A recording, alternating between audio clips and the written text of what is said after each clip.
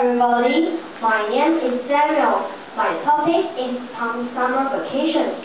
Tom's summer vacation. Tom is a lucky boy. He travels around the world with his parents every year.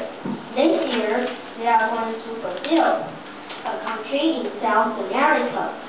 Tom is happy about his vacation, but he is also sad. Let me tell you why. He's happy because there is going to be a carol in Brazil when they are there. The carol is for summer.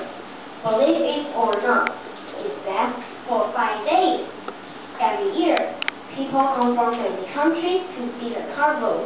In the carol, people will dress themselves up in front of a parade. They will sing and dance to music. We will put on our beautiful masks. They said, I will take many pictures for you, says Mom. Mom, Dad, and Tom will have a special dinner on the boat. It will be a lot of fun. Tom is sad too. His girlfriend Henry can go in the end. Henry and his family will go on vacation for a month. Every year, they go on vacation to Tianjin. I'll go snorkeling. My dad will go scuba diving. And my mom will go swimming. Henry says, they love water and they want to spend the whole summer in the water. Tom will meet Henry, and Henry will meet him too.